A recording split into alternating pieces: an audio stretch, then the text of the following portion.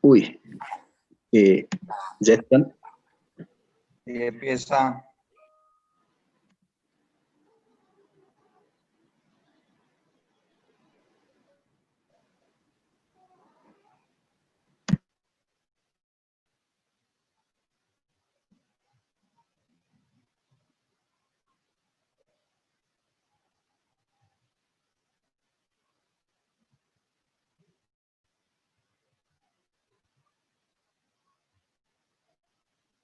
Buenos días a todos los que ya están conectados a través del YouTube del Centro Regional Salta Jujuy.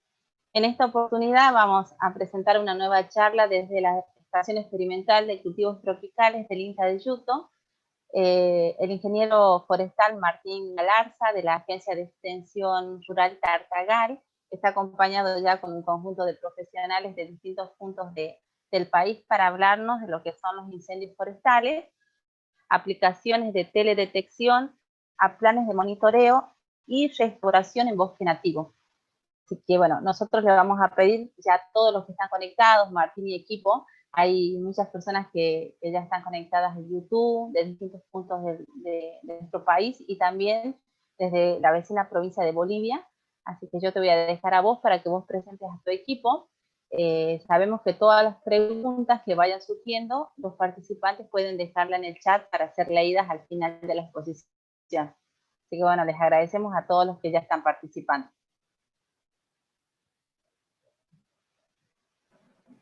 Hola, buen día Claudia, muchas gracias. Buen día chicos, buen día a todas y todos los que están ahí del otro lado de la pantalla mirándonos, escuchando este seminario que vamos a presentar hoy sobre teledetección de incendios forestales. Y bueno, y arranquemos nomás, ¿no? Ahora arranquemos con la presentación de Diego Pons. Diego trabaja en Córdoba, en INTA Manfredi, y es coordinador de un proyecto nacional de INTA que se llama Emergencia Agropecuaria y que trabaja justamente la temática de incendios forestales dentro de las actividades que tiene contempladas en el desarrollo del proyecto. Así que, Diego. Bueno, buenos días. Comparto pantalla.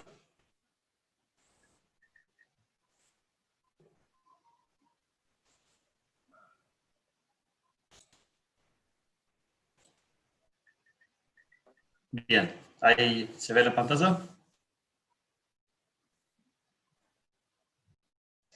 Todo bien. Se ve perfecto, Diego. Perfecto. Bueno, bienvenidos todos. Mi nombre es Diego Pons, trabajo en la Estación Experimental Manfredi y bueno, actualmente coordino el proyecto nacional del INTA, denominado Prevención y Evaluación de la Emergencia y Desastre Agropecuario. Agradezco a la organización por la invitación y, bueno, contarles un poquito de que INTA, en el contexto de las amenazas que presenta el cambio climático en cuanto al aumento de la vulnerabilidad y la frecuencia de eventos como en este caso los que nos toca abordar, que son los incendios, ha generado dentro de la cartera nueva de proyectos un instrumento que aspira a trabajar sobre este tipo de eventos, ¿sí? a nivel nacional, incluyendo, bueno, dentro de todos esos eventos, el fuego, inundaciones y demás, como vamos a adelantar. Quisiera compartir con ustedes el objetivo, ¿sí? Las emergencias son el emergente de varias problemáticas ambientales, ¿sí? Por lo cual es necesario abordarlas desde un punto de vista integral en su gestión, y creemos desde INTA que esta gestión debe ser participativa, ¿no? Entonces, uno de los objetivos que nos proponemos de forma general es generar un instrumento, ¿sí? Contribuir a la gestión integral participativa del riesgo agropecuario mediante el desarrollo de varios puntos, ¿no? Entre esos tenemos el desarrollo de la protocolización de la información, ¿sí? de los procedimientos. Argentina no tiene un marco estandarizado para el relevamiento de emergencias en general, por lo cual es difícil hacer un seguimiento de la ocurrencia, de la recurrencia, de la magnitud, de los impactos que tiene a nivel de todo el país, y con eso generar estadísticas que sirvan para otras cosas, además de evaluar las pérdidas, ver cuáles son las áreas prioritarias, por ejemplo, para presentar proyectos de adaptación al cambio climático a fondos como el Fondo Verde o los fondos de adaptación. Entonces creemos que es necesario trabajar sobre esta protocolización, tanto en la etapa de monitoreo, la alerta temprana y la evaluación de los impactos. Por otro lado, existen muchas herramientas disponibles, de las cuales vamos a estar comentándoles durante el seminario, y bueno, existe también mucha diferencia, mucha disparidad en las capacidades de los equipos a nivel nacional para el relevamiento de tipo de eventos. Entonces, en el proyecto, uno de los objetivos que nos proponemos también es un poco compartir, ¿sí?, estas metodologías que existen en los diferentes equipos de trabajo, tratar de llegar a metodologías estandarizadas y que den respuesta en tiempo y en forma a la gestión de las emergencias. Finalmente, tenemos dos objetivos que son ambiciosos, ¿sí? Uno es implementar este enfoque de la gestión integral participativa en áreas piloto a través del desarrollo de sistemas de alerta temprana. Tenemos algunos sitios, por ejemplo, en Córdoba, en San Pedro, Alto Valle, bueno, y otras regiones más, donde trabajamos en forma integrada, tratando de aplicar todo esto que venimos hablando, los protocolos, las metodologías, con una bajada al territorio, trabajando con los actores, quienes son los que tienen que, que participar en esto, adueñarse, y para que la información que se genere desde el sistema de alerta temprana tenga un impacto real en la producción y, bueno, en aumentar la resiliencia de las producciones. Finalmente, esos ejemplos que estamos trabajando, esperamos validarlos en otras áreas piloto y replicar la iniciativa.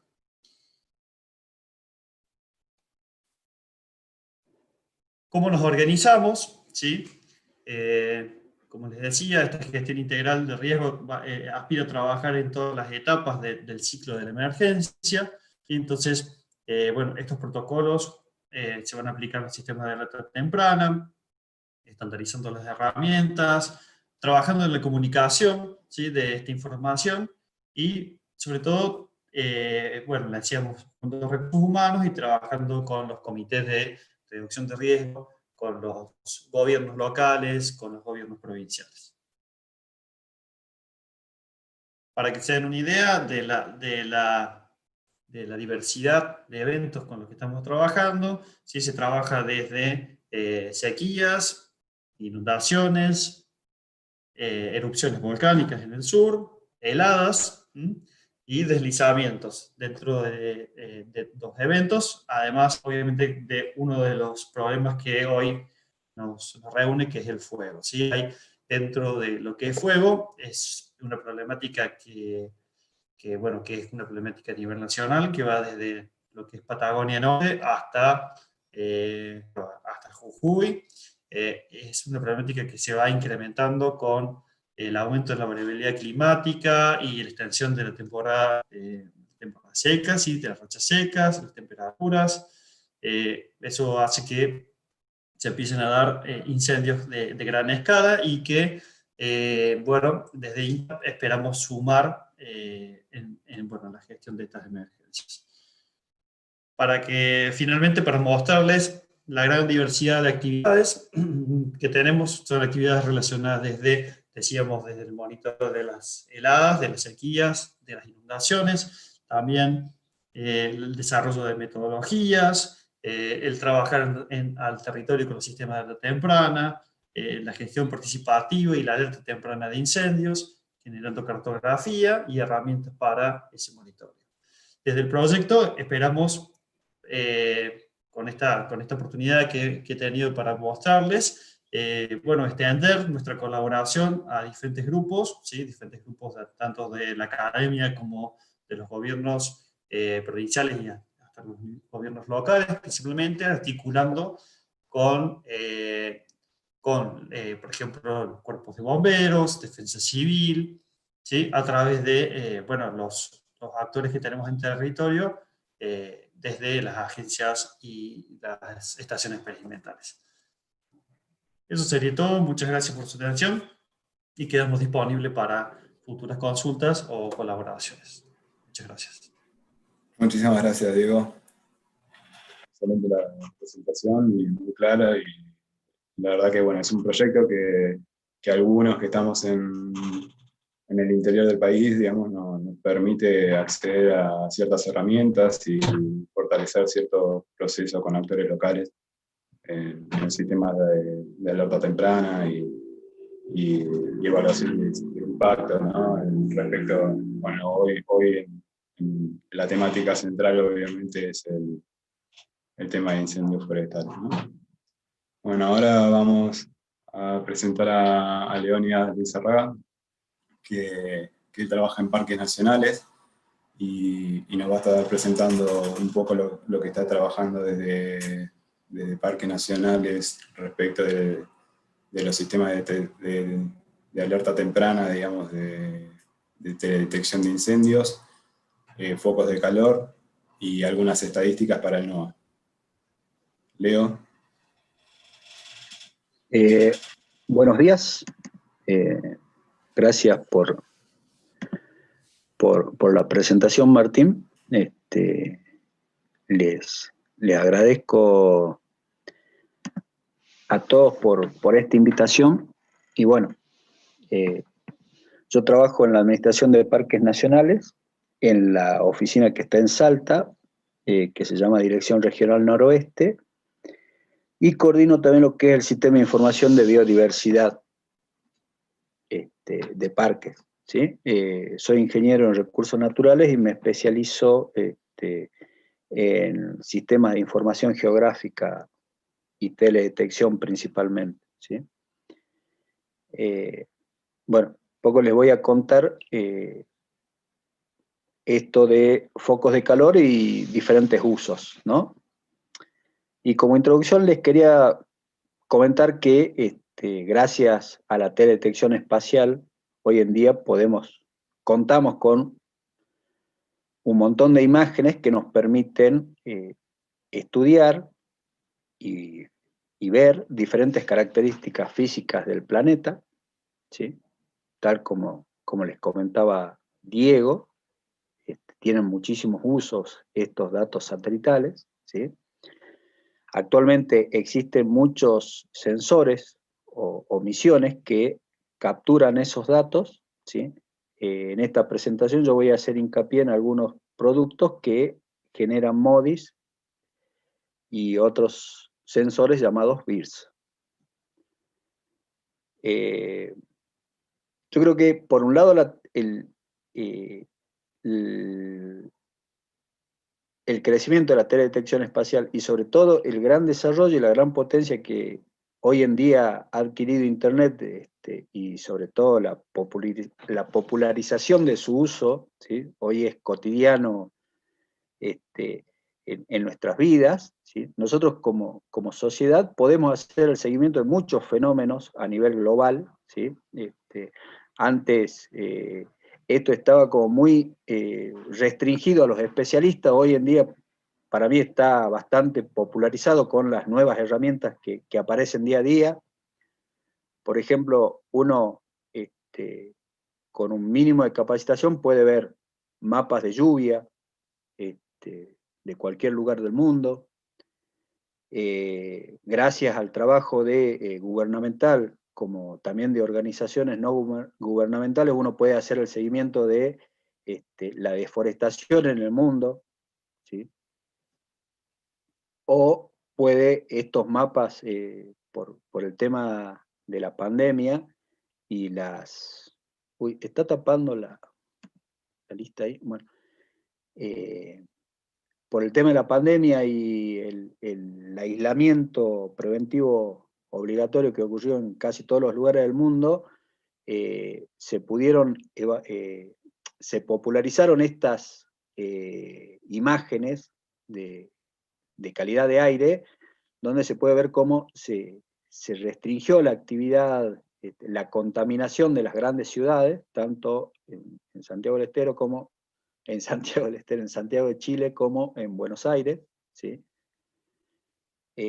También podemos hacer el seguimiento de sequías, ¿sí? Por ejemplo, estas son las cataratas del Iguazú, esto es la Garganta del Diablo, y en blanco están todos los saltos, y en azul se ve el agua del río Iguazú. Esto es para una imagen, acá me olvidé de cambiar el 2019, y esta sería la imagen del 2020, donde se ven que el blanco ha disminuido, o sea, hay mucha menos agua, y también se ven muchas islas, perdón, mucho suelo expuesto, que no recibe agua, ¿no? Y ya pasando a lo que es el centro de la charla, también podemos ver qué pasa con el fuego, ¿sí? Podemos ver mapas de fuego de todo el mundo a partir de una herramienta que se llama focos de calor, o algunos también los conocen como puntos calientes, ¿sí? Que son provistos por estos sensores MODIS y BIRS. Antes de pasar a lo que son focos de calor, un poco quería dar algunas definiciones, ¿sí? El fuego es un proceso físico, ¿sí? Que emite luz y calor y se produce por la combustión de materia, ¿sí? Es un arma de doble filo porque lo podemos usar como una herramienta de manejo. De hecho, en esta figura le estoy mostrando una quema prescripta. Nosotros lo usamos en parques nacionales para hacer el mantenimiento o para recuperar ambientes. Por ejemplo, este es un pastizal en el Parque Nacional Copo que está siendo invadido por leñosas. Entonces, para controlar esa invasión, comenzamos a usar fuego, ¿sí? También en un ámbito más rural se utiliza para limpiar campos, y lamentablemente también cuando se desmonta un lugar se lo utiliza para quemar esos cordones, ¿sí? Obviamente todas estas actividades tienen su normativa pertinente, las cuales se aplican en cada jurisdicción, ¿no? Pero también el fuego nos produce efectos no deseados, a los cuales le llamamos incendios, que afectan ambientes, afectan a la biodiversidad, personas, infraestructura, y también contribuyen al cambio climático. Ahora bien, ¿qué son los focos de calor y cómo se generan? ¿Sí? Los focos de calor básicamente, y de forma muy sencilla, son anomalías térmicas detectadas a partir de imágenes satelitales. ¿Y cómo se generan? ¿Sí? Cuando un satélite pasa por un lugar, ¿sí? Lo que hace es comenzar a escanear, ¿sí? Unidades que podemos denominar muy sencillamente píxeles, ¿sí? Y a partir de esas unidades registra, y también de manera muy sencilla, la reflectancia promedio de ese lugar, ¿sí? El satélite va barriendo en fajas, va generando píxeles, y cada cierto intervalo de tiempo esos datos son enviados a una estación terrena donde gente especializada procesa esos datos con algoritmos especializados y genera imágenes satelitales, ¿sí? Que tienen diferentes niveles digitales, se les dice, o contajes digitales, que nos permiten darle diferentes colores a cada uno de esos píxeles, y están en función de la reflectancia que grabó el satélite, ¿sí? Con otros algoritmos especiales, ¿sí? Los técnicos de las estaciones terrenas, de la NASA, generan estos puntitos que llamamos focos de calor, ¿sí? Entonces, ya vemos que la información satelital nos permite generar estos focos de calor. Ahora, ¿qué hay que tener en cuenta cuando uno trabaja con focos de calor? Que ellos detectan fuego, no detectan incendios, ¿sí? Entonces no puedo saber si un foco de calor se corresponde realmente con un incendio, con un efecto no deseado, o con un uso como herramienta, ¿sí? Tengo que complementar esos focos de calor con otras cosas para hacer esa discriminación, ¿sí? Una cosa súper importante que hay que tener en cuenta es que el fuego debe estar activo para ser detectado, o sea, debe estar prendiendo, debe estar prendido, debe estar ardiendo, como se ve aquí en esta imagen, ¿sí? Los focos de calor no detectan áreas quemadas, ni fuegos que ocurrieron entre pasada y pasada del satélite, ¿sí? Por lo tanto, tanto los fuegos rápidos como pequeños, o incluso algunos fuegos que ocurren debajo del dosel, son muy difíciles de detectar, ¿sí?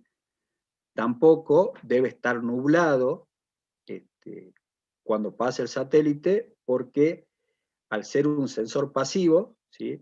Es decir, que se vale de la energía solar que llega a la cobertura y después es reflejada, ¿sí? Al estar las nubes entre medio, lo que ve el sensor son las nubes y no ve la Tierra, ¿sí? En cada píxel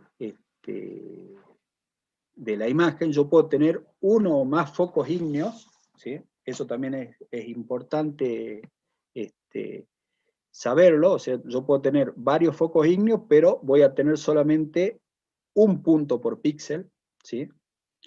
Y ese punto me representa el centro, me representa el centro de ese píxel, ¿sí? La coordenada esa no es como un punto de GPS que yo puedo tomar de un fuego y pasárselo y estar a 2 metros de ese fuego. No, el foco de calor representa el centro del píxel.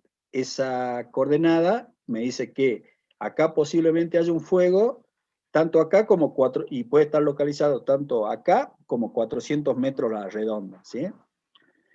También el algoritmo permite calcular un nivel de confiabilidad de ese foco, ¿sí? Que permite al usuario descartarlo o considerarlo, ¿sí? Pueden existir algunos desfasajes por errores en georreferenciación de la imagen, es decir, si la imagen se corrió un píxel, bueno, puedo tener un error de más de 400 metros, ¿sí? En la posición, en la potencial posición de ese fuego, ¿sí?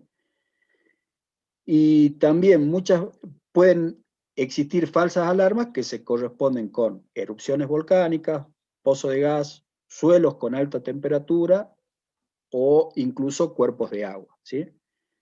En un estudio que hice en el 2015 en el norte de Salta y también en el norte de Jujuy, detecté que el 5% de los focos de calor registrados se correspondían con falsas alarmas, es decir, no se correspondían con incendios que detecté a partir de imágenes satelitales, ¿sí? Y la detección fue muy buena. El 80% de los incendios que ocurrieron en esa área durante ese periodo de tiempo, que fue el 2013, fueron detectados, ¿sí? Pasando a lo que son los focos de calor generados por MODIS y BIRS, ¿sí? MODIS trabaja en un píxel de 1 kilómetro, en un cuadradito de 1 kilómetro por 1 kilómetro, toma datos desde el año 2000 y pasa 2 veces por el país, si quieren, perdón, pasa 4 veces por el país con las misiones Terra y Aqua, ¿sí? Una vez de noche y una vez de día, ¿sí? BIRS está montado en 2 plataformas diferentes, la Suomi y la NOAA 20, ¿sí? Trabaja con un píxel de 375 metros La plataforma Suomi genera datos del 2012 y pasa también en estos horarios por el país, y la plataforma NOAA comenzó a producir datos en el año 2020 hasta el día de hoy, ¿sí? Acá en estos mapitas lo que le quería mostrar es la diferencia que tenemos en configuración espacial. MODIS, como trabaja con 1 kilómetro, me genera en una semana este tipo de información, ¿sí? Acá tengo un evento que es un incendio que estuvo ocurriendo y que creo que se debe haber apagado gracias a la lluvia de hoy en Calilegua, ¿sí? Esta es la imagen semanal, ¿sí? En cambio, BIRS me permite tener una idea mucho más detallada de ese evento de fuego, ¿no? Los focos de calor son distribuidos principalmente por el sistema FIRMS de la NASA, que me permite no solamente bajar los focos, sino ver mapas de fuego, ver mapas interactivos, bajar datos de los fuegos activos en formato SHAPE, que se usa para GIS, KML o CSV, que sería una hoja de cálculo, ¿sí? De diferentes zonas del mundo y de diferentes sensores, y los datos de las últimas 24, 48 horas y también de las últimas semanas, ¿sí? También me permite suscribirme para recibir alertas de fuego, descargar archivos históricos con los que, por ejemplo, hago los estudios que les voy a mostrar en un ratito, configurar servicios web si es que yo tengo una infraestructura de datos espaciales y quiero que estos focos de calor se actualicen todo el tiempo en mis mapas, ¿sí? Tutoriales que me cuentan qué puedo hacer con los focos de calor y con las imágenes satelitales que ofrece este sistema, y algunas cositas más, ¿sí? Ahora bien, ¿para qué se usan los focos de calor? Les decía que se usan como sistemas de alerta temprana. Yo puedo suscribirme, dejar una casilla en mail, seleccionar un área de interés, y entonces a las 2 de la mañana, a las 6 de la mañana, a las 1 y a las 17 más o menos, voy a recibir un mail donde se me muestra un mapa y la posición de cada de los focos de calor que se detectaron, ¿sí? Y además un archivito CSV, ¿sí? Una cosa que por ahí le quita interés por ahí de la gente que combate fuego es que estos mails llegan 3 horas después que pasó el satélite, ¿sí? Por el tiempo de procesamiento de las imágenes para generar estos puntos. Pero bueno, la verdad que para mí es un sistema muy bueno y complementario a lo que es el campo respecto a la alerta temprana, ¿sí? También me permite, estos focos de calor me permiten realizar seguimientos de eventos, reconstrucción de grandes incendios, y BIRS, al tener mayor detalle espacial, permite hacer cuantificaciones operativas de superficies quemadas. Las sobreestimaciones por ahí son un poco altas y dependen de la experiencia del operador, pero digamos, creo que es eso mejor que nada. También nos permiten, los focos de calor, nos permiten hacer estadísticas respecto a situaciones de fuego, por ejemplo, en las áreas protegidas nacionales, y a nivel de toda Argentina. Hace muy poquito saqué un mapa que resume todos los focos de calor registrados desde el 2012 hasta agosto del 2020, donde conté en unidades hexagonales de 2 kilómetros la cantidad de focos de calor que se registraron y la cantidad de años de registro, ¿sí? Esto está subido en el portal de IDESA, la Infraestructura de Datos Espaciales de la provincia de Salta, y este trabajito de caracterización de las áreas protegidas nacionales en lo que es el CID. También nos permite generar información que es complementaria a la información reportada por las diferentes jurisdicciones provinciales al Servicio Nacional de Manejo del Fuego, ¿sí? Acá podemos ver las superficies, las áreas quemadas por año, informadas por la provincia de Salta, y estas por la provincia de Jujuy, y en la línea vemos la cantidad de focos de calor registrados durante ese año, ¿sí? Como ven, en algunas veces coinciden, otras veces no coinciden, ¿sí? Respecto a lo que es el registro en sí a nivel país, ¿sí? Por ejemplo, de este gráfico, donde sumé todos los focos de calor registrados en Argentina, se puede ver que se destaca el 2020. 2020 creo que fue fue el peor año desde el 2013 respecto a incendios, ¿sí?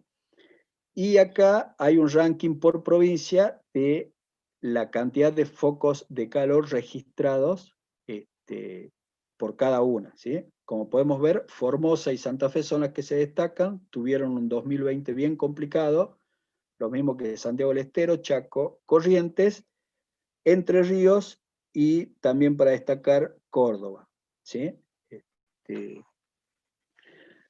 Puede existir un pequeño problemita ahí con la Patagonia porque como tiene muchas nubes, puede ser que el registro sea un poquito más bajo, pero bueno, esto da una idea de la situación de fuego, ¿sí? No está evaluando el impacto en sí, ¿sí? Centrándonos en el NOAA, se puede ver que la provincia que más focos de calor tiene es Santiago del Estero, seguida por Salta, muy lejos, las dos, ¿sí? En tercer lugar sigue Tucumán, Jujuy y por último Catamarca, ¿sí?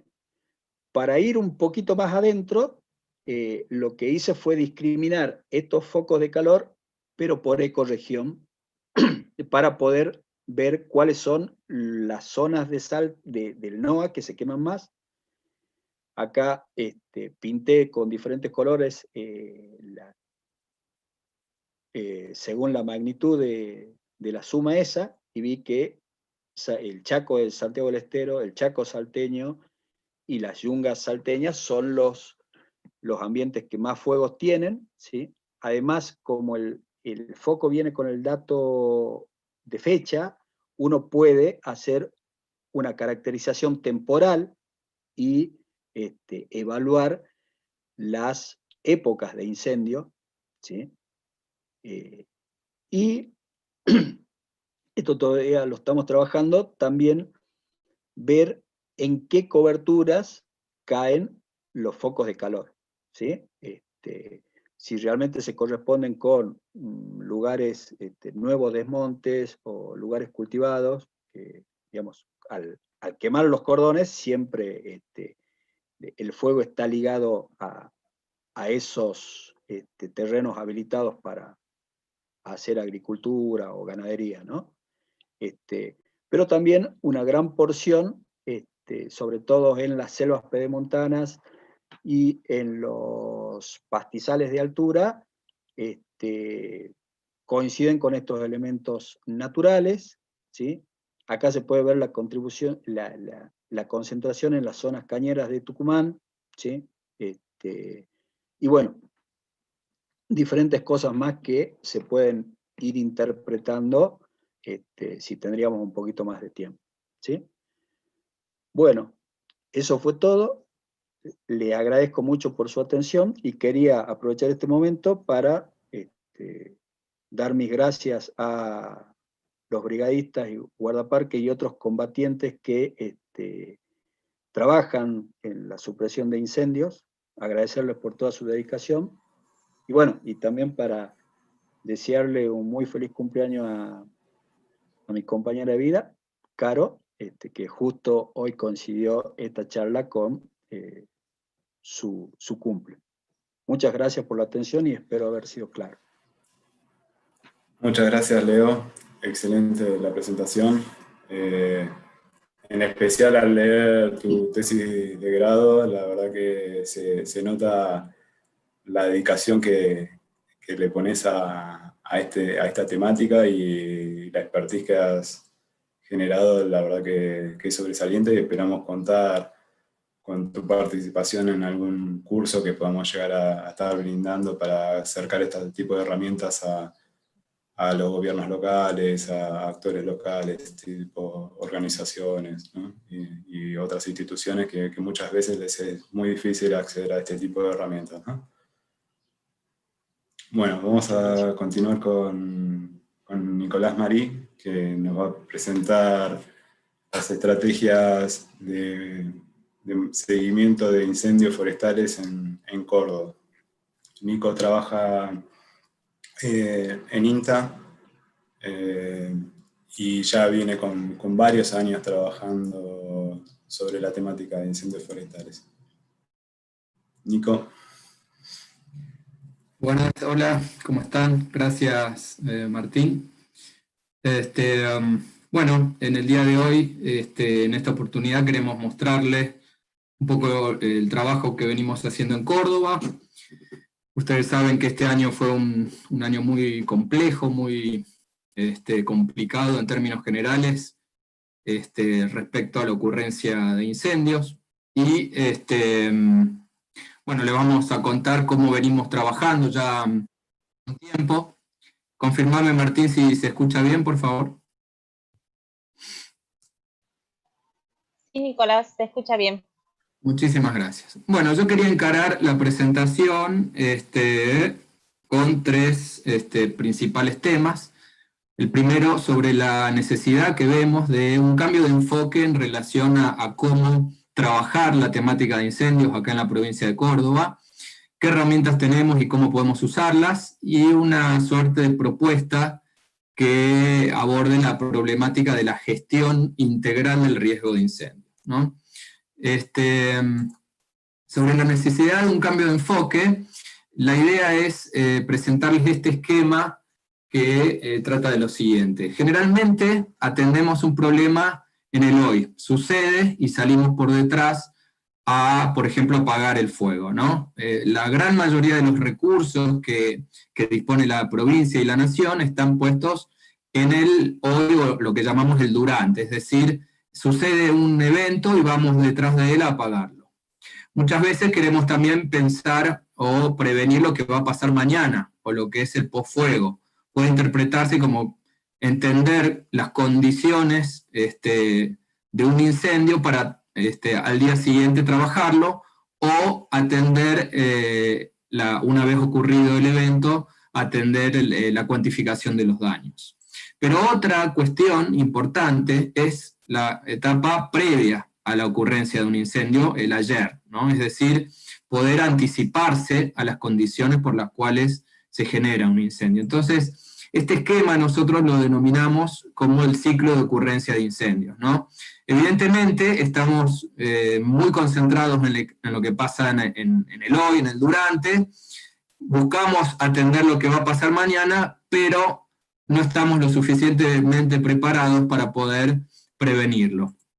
Nosotros entendemos que estas tres etapas son muy fundamentales, digamos, para poder entender de forma integral cómo ocurren los incendios, y creemos que la etapa previa tiene que hacer un principal énfasis en lo que es el análisis de riesgo. La etapa del durante tiene que atender a la acción, a lo que es la respuesta temprana para poder apagar un fuego, y la etapa posterior al evento tiene que ver con las estrategias de restauración o de remediación, digamos, de las áreas quemadas, ¿no? ¿Qué podemos hacer en la etapa prefuego? Yo les voy a contar un ejemplo que conozco bien, que está relacionado al monitoreo de las condiciones de riesgo de incendios basado en las condiciones meteorológicas. Ustedes saben que el Instituto Nacional de Pesquisas Espaciales de Brasil tiene una página, un portal web que está específicamente diseñado para el monitoramiento de los incendios, ¿no?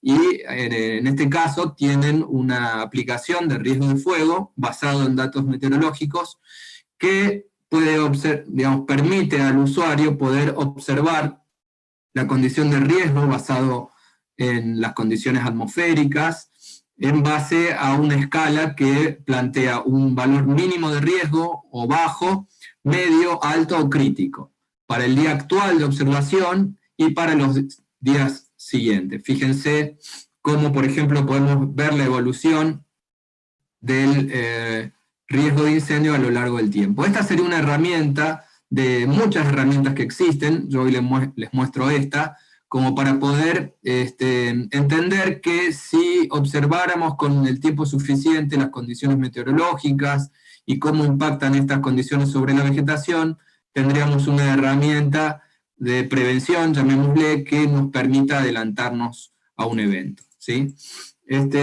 Otra de las cosas que podemos hacer, como digo, es monitorear las condiciones propias de la vegetación, cuál es el estado de la vegetación.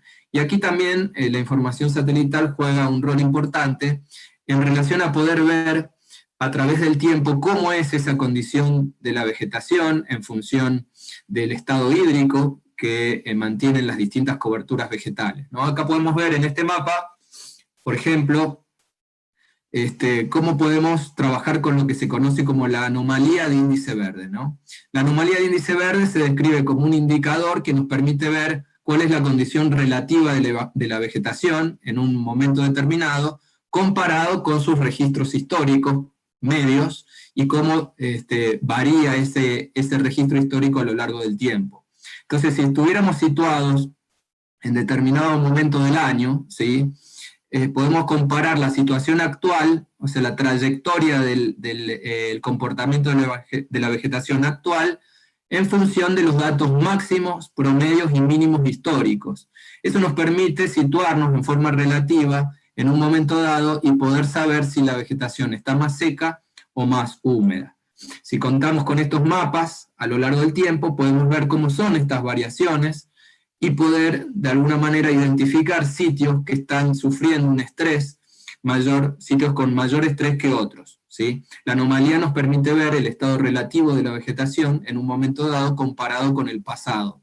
Entonces, si conocemos distintas situaciones de riesgo relacionadas al estado de la vegetación y a las condiciones meteorológicas, podríamos anticiparnos de forma más organizada, planificar recursos en el territorio en función de aquellas zonas que presenten mayor riesgo que otras, ¿sí?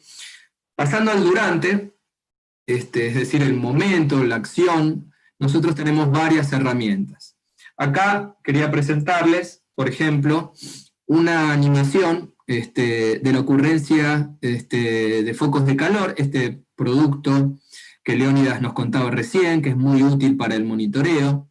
Hago hincapié en este incendio, fíjense, los focos de calor con las fechas van evolucionando a lo largo del tiempo, a partir de los primeros días de agosto, hasta mediados de septiembre, fines de septiembre. Fíjense el desarrollo de los focos de calor, cómo nos permiten hacer un seguimiento en el tiempo y en el espacio, ¿no es cierto? Este tipo de seguimiento, si vamos al caso puntual de un incendio, nos permite identificar el inicio, en este caso identificado con una imagen Sentinel, y cómo a partir de identificar el lugar de inicio, lo cual creemos también que es un aporte muy importante, digamos, de las herramientas de teledetección para poder entender las causas de los incendios y buscar, digamos, los responsables, cómo identificar el inicio y la propagación a lo largo del tiempo. Fíjense, este es un ejemplo, para el caso del incendio iniciado en Villa Albertina, se pudo identificar con precisión cuál fue el lugar y el momento del inicio y cómo fue la propagación del incendio a lo largo del tiempo. ¿Sí? Son herramientas que nos permiten entonces poder identificar para grandes incendios, este es un incendio que duró 15 días, no solo el inicio, sino cómo fue la propagación. Y esto va en línea con lo que Leónidas nos comentaba, que ellos en el ámbito de los parques nacionales también utilizan, ¿sí? Aquí quería señalar otro de los incendios de gran magnitud. El anterior, de que les describía, tuvo alrededor de 30.000 hectáreas. Este otro, mediados de, aquí lo ven cómo se desarrolla, iniciado en Cuchicorral, tuvo alrededor de 60.000 hectáreas, ¿no? Fíjense cómo este tipo de datos nos permiten reconstruir entonces para cada incendio cuál es la propagación, digamos, de las llamas a lo largo del tiempo. Otra forma, bueno, es también el resultado en este caso del incendio de Cuchicorral. Aquí tenemos el inicio y podemos ver en forma horaria cómo es la evolución de los focos de calor. Esto, más allá digamos, de la tarea de reconstruir cómo fue el comportamiento del incendio, también puede aplicarse día a día, ya que estamos hablando de que son incendios de varios días, ¿no es cierto? Cómo podemos ir reconstruyendo el incendio y cómo podemos ir comunicando a los distintos productores o pobladores de los distintos lugares cómo es el avance de las llamas, sobre todo aquellas personas que no tienen acceso a internet o no tienen acceso a esta tecnología, cómo podemos en casi tiempo real o cuasi real, porque como comentaba Leónidas, estos datos tienen un delay, digamos, de al menos 3 horas para poder ser empleados, es decir que básicamente para el ataque temprano no es una herramienta útil, pero sí lo es como para horas después de pasado el satélite y detectado estos frentes activos, sirva para reconstruir y poder informar a los pobladores de los campos, ¿no? El post-fuego, pasando la etapa post-fuego, tiene que ver, bueno, ya ocurrió el incendio, ahora necesitamos cuantificar los daños, la superficie quemada, los perímetros, cuál es el alcance de ese incendio, cuáles son sus límites, por qué zonas fue quemando, con qué intensidad lo hizo, ¿no es cierto? Y una de las claves es determinar el tipo de vegetación quemada, ¿no? Obviamente, muchas veces la información es urgente, a veces tenemos imágenes de alta o mediana resolución, como las imágenes Sentinel, u otras veces tenemos disponibles al momento imágenes MODIS que tienen menor resolución espacial, por eso pueden ver que son de distinta calidad, básicamente. Este sería el resultado del incendio que aproximadamente quemó 60.000 hectáreas en la zona de Punilla, en Córdoba. También tenemos identificado el inicio del incendio, presuntamente por la caída, el descuido del tendido eléctrico que cayó sobre un pastizal y inició, digamos, el fuego, generando, bueno, un gran problema de interfase urbana, y luego pasando a zonas rurales, digamos, lejanas y bastante apartadas, con menor incidencia, digamos, de los cuerpos de bomberos por la inaccesibilidad y, digamos, la magnitud del incendio.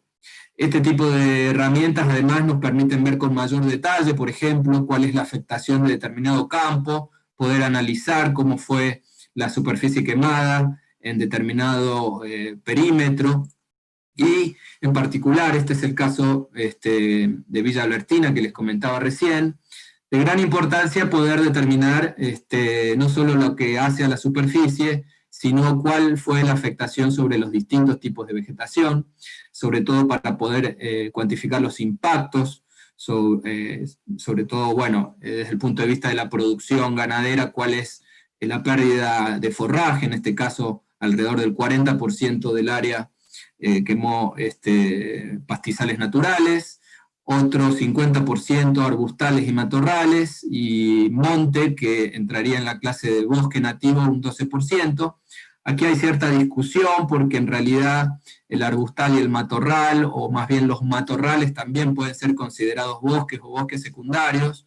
Entonces podríamos hablar que en realidad alrededor de un 60% estaría ocupando, digamos, zonas boscosas o matorrales, ¿no es cierto? Entonces, poder medir básicamente el impacto de los incendios en términos de la vegetación perdida, y no solo sobre el tipo de vegetación, sino sobre la severidad con el cual la vegetación se quema, creemos que son datos muy importantes de poder divulgarlos y que sean datos que sirvan en definitiva para la restauración de esos ecosistemas. En esta línea hablamos de severidad, la posibilidad de poder detectar cuáles son los distintos niveles de daños que el fuego impacta sobre la vegetación. Esto puede ser mapeado y puede ser extrapolado a las distintas zonas donde el incendio ocurre, pudiendo identificar distintos niveles de impacto sobre la vegetación, ¿no es cierto? Y esto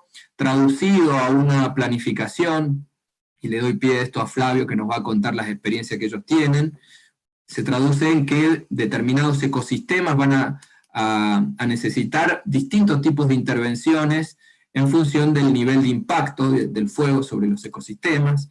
Entonces cada lugar va a necesitar de una estrategia, llamémosle, de restauración que sea acorde al impacto del fuego. Entonces creemos que estas herramientas de monitoreo asociadas a la severidad, es decir, al daño del fuego sobre la vegetación, son muy importantes. Es muy importante además poder calibrar bien los datos que se obtienen de la teledetección para poder traducirlos a medidas puntuales y precisas de restauración en el territorio, ¿no? Para ir terminando y cerrando la charla a tiempo, nosotros creemos entonces que necesitamos abordar, al menos en la provincia de Córdoba, la problemática del fuego en forma integral, ¿no? En forma integral implica atender, digamos, estas etapas, la del durante, en cuanto a la detección y el seguimiento, el prefuego, que incluye actividades de planificación y manejo, y como decíamos recién, el posfuego, relacionado al mapeo de áreas quemadas, el seguimiento de la regeneración, la evaluación del impacto del fuego sobre la vegetación, evaluar las pérdidas, no solo digamos, de los recursos naturales, sino también las pérdidas en el sector productivo, y las pérdidas también en cuanto a pérdidas materiales. Hemos tenido, por ejemplo, muchísimos casos de casas que se han quemado en la interfaz. Es decir, la estrategia tiene que no solo apuntalar lo que hace al durante, que es lo que más se trabaja, sino también a invertir en prevención. Es decir, el enfoque no solo debe atender el esfuerzo de los bomberos, que realmente se llevan gran parte, digamos, del peso de los incendios, por su responsabilidad de apagar los incendios, sino que hay que plantear, digamos, una estrategia preventiva que apunte a el manejo ecológico del fuego, a entender cuáles son las condiciones por las cuales se generan los incendios desde el punto de vista ecológico y agronómico. Es decir, previo a la ocurrencia de incendios tenemos toda la época del año libre de fuego, que se puede pensar en distintas intervenciones que deberían llevarse de forma horizontal entre las instituciones gubernamentales y nacionales, que trabajen junto a los bomberos, por ejemplo, en campañas de concientización, cómo manejar la vegetación en campos para que los campos reduzcan la carga de biomasa. Uno de los grandes problemas que tenemos en Córdoba es que llegada la época de incendios, los ambientes naturales están sobrecargados de biomasa. Hay una carga de biomasa muy alta, principalmente pastizales o pasturas que además de estar secos, están muy cargados. Hay mucho volumen, digamos, de biomasa, lo cual en el momento que ocurre el incendio, las condiciones se hacen explosivas. Entonces, para no llegar a esa situación deberíamos contemplar estrategias de reducción de biomasa en los distintos ambientes. Como digo, una de las alternativas, por ejemplo, es la creación de consorcios de prevención de incendios, que se trabaje conjuntamente con productores, dueños de campos, con la comunidad, con los municipios, digamos, para poder generar conciencia sobre el problema. No es un problema solo del ataque temprano, sino que tenemos que estar preparados para que cuando ocurran los incendios no sean tan graves. Decía que apuntalar el ataque temprano implica más planificación en cuanto a las acciones rápidas y eficaces de vigías, equipos entrenados para frenar los incendios a tiempo. Este año han sido tan graves las condiciones de los fuegos, han sido tan explosivos que realmente no había capacidades humanas para poder detenerlos. ¿sí? Esto implica organizar y garantizar acciones a nivel comunitario.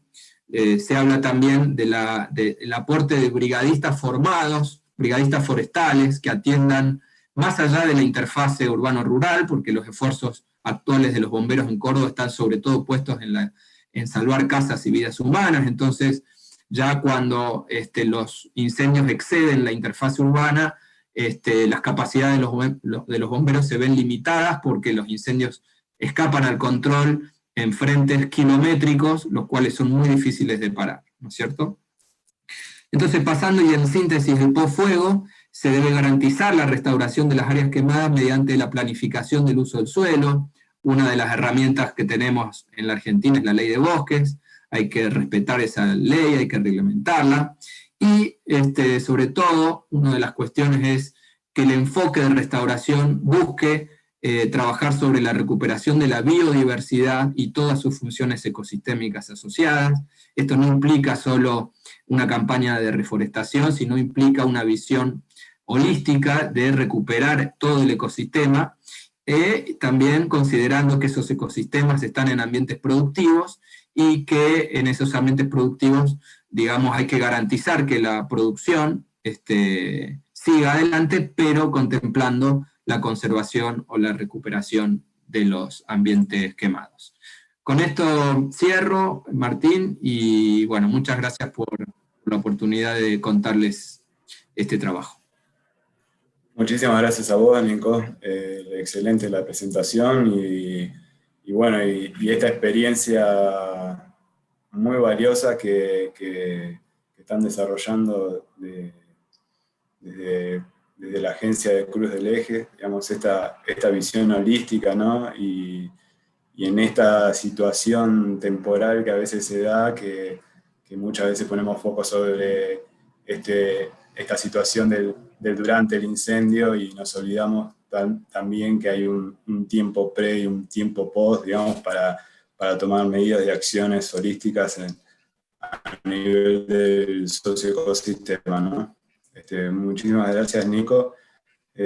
Bueno, ahora les voy a presentar un caso acá en el norte de Salta.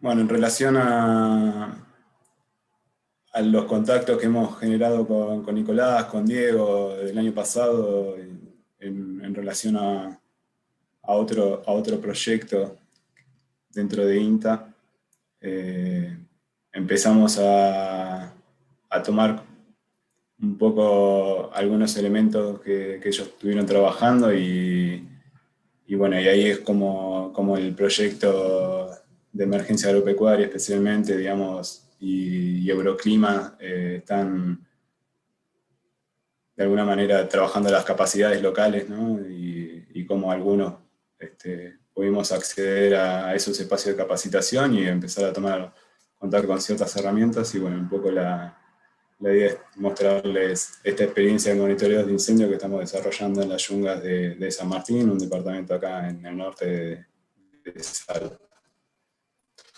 Bueno, en primera instancia, considerar esto, ¿no? Que estamos en un socioecosistema, que no hay una cuestión solamente de ecología o una cuestión solamente social, sino que es un socioecosistema complejo que nuclea justamente las dos partes, y hay servicios ecosistémicos que están proveyendo estos ecosistemas a la sociedad, y también es importante considerarlos, ¿no?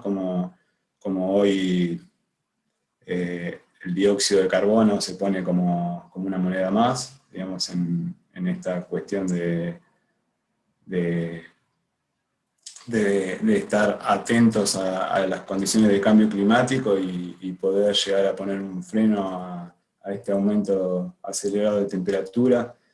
Y bueno, en ese sentido, la estrategia de conservación de bosques es clave a nivel global y totalmente la venimos trabajando desde los territorios, ¿no? Entonces, en ese sentido, un aspecto importante a considerar, que ya estuvieron resaltando Nico y Leónidas, sobre la estacionalidad, ¿no? Entonces empezar a tener conciencia que hay unos meses, digamos, en el año donde el ecosistema se comporta de forma muy seca, ¿sí? Tenemos una estación seca bien marcada, digamos, en estos bosques estacionales secos del norte de Salta, ¿sí? Tanto Yungas como Chaco. Ahí vemos una imagen de una situación que no está incendiada, pero vemos la sequedad del ambiente, digamos, creo que se representa en esta imagen aérea, ¿no? Los árboles pierden, más o menos tenemos un 70-80% de las especies que están en estos bosques pierden su follaje, ¿sí? Renuevan ese follaje, entonces están, la cantidad de biomasa que muchas veces se acumula, digamos, es casi un polvorín, digamos, a la hora de estas situaciones de foco de incendio, ¿no? Y en ese sentido también, digamos, como hay un fin de agosto, ¿sí? Principio de septiembre, que la temperatura empieza a aumentar, y empieza a aumentar de manera severa, ¿no? Digamos, acá en Tartagal estamos hablando que las temperaturas a las 2 de la tarde pueden llegar a superar los 40 grados centígrados, y bueno, y esas situaciones, más sumados a algunos vientos norte, hace que un primer indicio de fuego, digamos, se traduzca enseguida en miles de hectáreas incendiadas.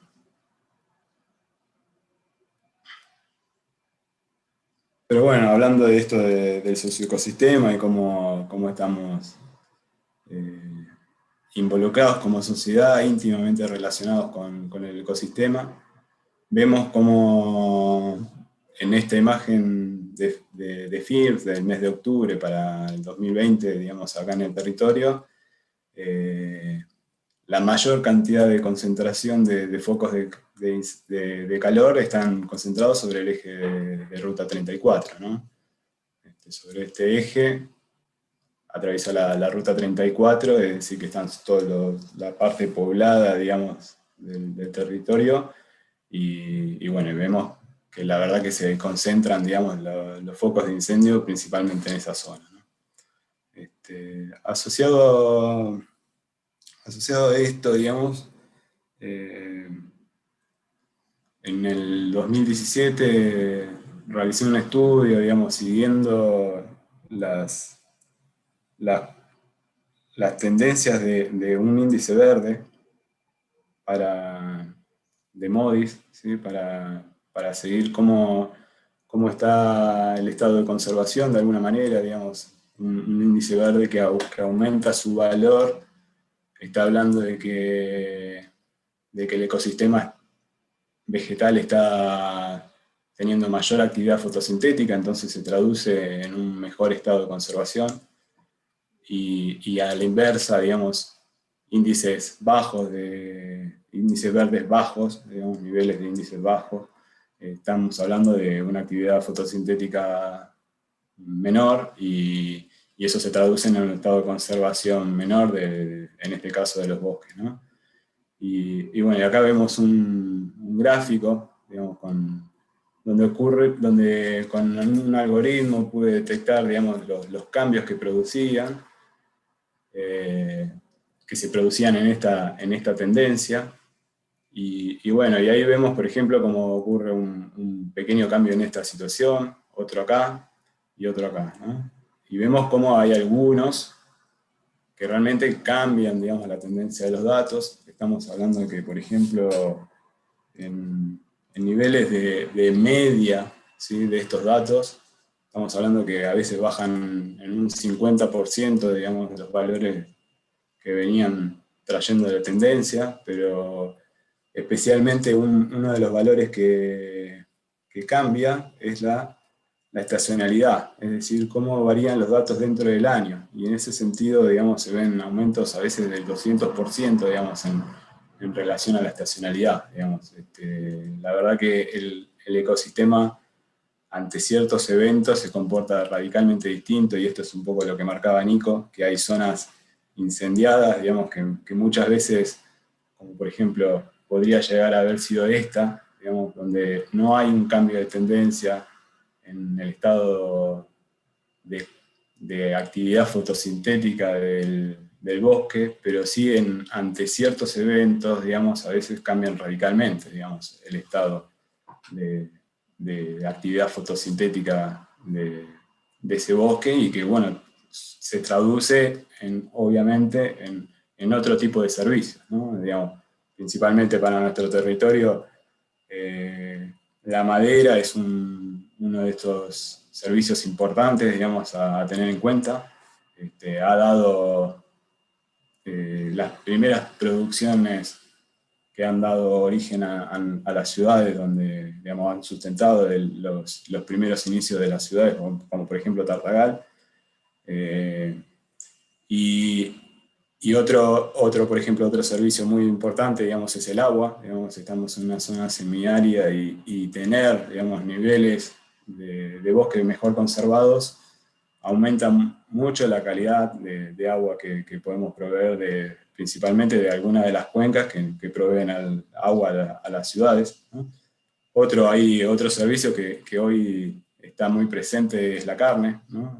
La posibilidad de criar ganado en el bosque, también, digamos, ahí asociado también a esta funcionalidad del sistema. Y por supuesto, digamos, el dióxido de carbono en esta lucha contra el cambio climático que se presenta, ¿no? Digamos, y poder llegar a tener niveles elevados de actividad fotosintética, digamos, en nuestros bosques. Los disturbios, la verdad que en el norte, estos eventos, digamos, que se producen tanto principalmente, digamos, en la serranía de Tartagal, digamos, esta zona, se presentan principalmente como incendios o deslizamientos de ladera. No son raros, ¿sí? Se producen frecuentemente. Hay en una muestra aleatoria que tomamos de píxeles, y que hemos podido llegar a confirmar, digamos, estas situaciones de disturbio, vemos como solo el 13% de las muestras, digamos, en un periodo de 12 años, se mantiene sin disturbios, ¿sí? En cambio, hay situaciones donde ocurren 1, 2, 3, hasta 4 disturbios en este periodo de 12 años. Es decir, que cada 3 años estaría ocurriendo algún tipo de evento, digamos, que modifica de alguna manera o la estructura o el funcionamiento de este bosque, ¿no? Bueno, en esto que planteaba Nico, ¿no? Y Leónidas, de las herramientas disponibles y la posibilidad de ir siguiendo día a día, por ejemplo, cuestiones del tiempo, ¿no? No solamente hay una periodicidad bien marcada en cuanto a las estaciones y estos 3 meses para nuestro territorio, digamos, contando desde fines de agosto, fines de agosto hasta mediados de noviembre, digamos, que empiezan a llegar las lluvias. Pero bueno, hoy por hoy, digamos, también esa situación de poder llegar a seguir día a día, por ejemplo, el pronóstico del tiempo, y tratar de estar mucho más alerta. Los otros días en un seminario similar a este, escuchaba como en Chile, por ejemplo, una de las cosas una de las actividades que están desarrollando es el patrullaje, directamente, digamos, sobre zonas que son muy, muy propensas a incendiarse, estar ahí, digamos, patrullando esas zonas para prevenir, digamos, posibles focos de incendio, ¿no? Entonces, ante situaciones de clima desfavorable, de tiempo desfavorable, digamos, en el día a día, digamos, tal vez tomar este tipo de medidas, digamos, pueden llegar a ser significativas a la hora de evitar este tipo de siniestros. Bueno, la posibilidad hoy, ¿no?, de contar con datos como este que les acabo de mostrar, o la plataforma de Google Engine, digamos, y ir siguiendo algunos incendios. En un taller el año pasado en Mosconi, con un colegio secundario, mostraba esta imagen de incendio del 2016 en esa zona. Los chicos habían quedado sorprendidos de ver una mancha tan grande como la ciudad, de incendio ahí a su espalda, ¿no? Los chicos, de hecho,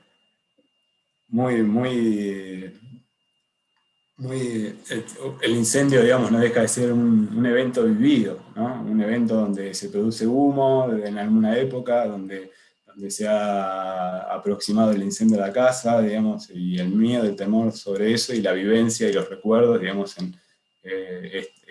ese taller también lo hicimos en un colegio primario, y niños de 9 años acordándose del incendio, ¿no? Bueno, esta zona de Vespucio, a razón de este taller, digamos, es una zona que queda acá cerca, entonces un poco la idea es ir siguiendo esta situación de incendio que se repite año a año. Esto es del 2020, digamos, y algunas imágenes, ¿no? Como enseguida empiezan a haber algunos focos de incendio. Pero bueno, por ejemplo, en esta situación, el 23 de octubre, que empieza con este foco y termina con esta situación, ¿no? Digamos, otra vez este bosque incendiado, ¿no? Y bueno, ahí la imagen, ¿no? A veces uno se imagina que el incendio prendió fuego todo y que no quedó nada, pero no es así, digamos, ¿no? Tenemos acá, esta es una imagen reciente, de post-incendio, bueno, pero vemos cómo ha casi matado un montón de árboles, pero siguen algunos vivos, ¿no? Siguen algunos vivos, hay manchones que están un poco más atacados y otros. Esto es en el borde. ¿Sí? Los invito a ver esta imagen y esta tecnología que estamos probando últimamente con vuelos de dron, y tratar de ir metiéndonos un poco más en detalle, digamos, en lo que pasa en el estado de recuperación de esos bosques, cómo se dan los patrones de incendio, ¿sí? Y que bueno, que muchas veces uno tiene la imagen, digamos, especialmente en el durante, y muy asociado a los impactos usados en los medios de comunicación, de la imagen catastrófica de que se prende fuego todo, pero bueno, vemos que no es tan así, digamos, ¿no? Entonces esta imagen que nos permite en detalle, digamos, mostrar algunas zonas que no han sido afectadas por incendios y otras que sí, cuando, por ejemplo, esto tal vez en un píxel de MODIS te marca que hay un punto de calor ahí que podría llegar a haber un incendio, o una mancha en Sentinel, digamos, que puede llegar a estar mostrando, digamos, cada 5 días una imagen con píxeles de 10 metros. Esto nos permite entrar mucho más en detalle y tratar de empezar a evaluar el tamaño de los árboles, ¿no? Que es una de las cuestiones importantes a la hora de traducir este bosque en la capacidad de servicios ecosistémicos, y tratar de traducir, por ejemplo, algunos bienes finales, como puede llegar a ser la madera, ¿no? La calidad de madera, el tamaño de la madera, y la productividad de esa madera. Y a su vez, digamos, y en este sentido, la cantidad de dióxido de carbono que está puesta en juego, ¿no? Digamos, y esto cada vez más se empieza a tomar instrumentos, digamos, por los cuales hay una nación que tiene que hacer una declaración en un ámbito internacional de lo que es el cambio climático, digamos, y las contribuciones a esa lucha del cambio climático. Entonces, bueno, estos son aspectos importantes a tener en cuenta, digamos, en cara al futuro, ¿no? Y bueno, y en eso ver distintas situaciones, ¿no? Situaciones que hemos evaluado donde en estos estados bien afectados, digamos, llegamos a tener áreas basales de menor de 5 metros cuadrados por hectárea, digamos, muy bajo, digamos, cuando un nivel de conservación, es decir, algo que no tenga tanta frecuencia de este tipo de disturbios, llegan a tener áreas basales de 30, ¿sí? mayores a 20 en un montón de casos, digamos. Sí, lo mismo, bueno, esto anterior mostraba una distribución en altura, y esto en una distribución en diámetros, ¿sí? Donde solo en situaciones que no están presentes estos disturbios encontramos árboles, por ejemplo, mayores a 60 centímetros de diámetro a la altura del pecho, ¿no? Bien, y cerrando un poco la presentación, saber que hay marcos regulatorios, digamos, y en el espacio, en el espacio sí, nacional, digamos, hay una ley de presupuestos mínimos, la 26.562, digamos, que regula las quemas, y cómo ciertas situaciones, digamos, y la construcción social que se va generando, digamos, va generando, por ejemplo, esto, ¿no? Ordenanzas, proyectos de ordenanzas para regular las quemas. Creo que por ahí hay más o menos en sintonía con lo que estaba presentando Nico, digamos. Creo que no tenemos que esperar desde el Estado local, digamos, no tenemos que esperar que esto caiga como una receta de un Estado nacional o de un Estado internacional. Más bien tenemos que traccionar este tipo de propuestas, ¿sí? Para atender pre, durante y post incendio. Digamos, creo que merecemos, digamos, un espacio institucional y hacerlo crecer en virtud de una mejor calidad de vida para nuestra sociedad y nuestro pueblo, ¿no? Bueno, muchísimas gracias, ahí les dejo mi contacto. Ahora nos va a estar presentando algunas cuestiones de restauración de bosque y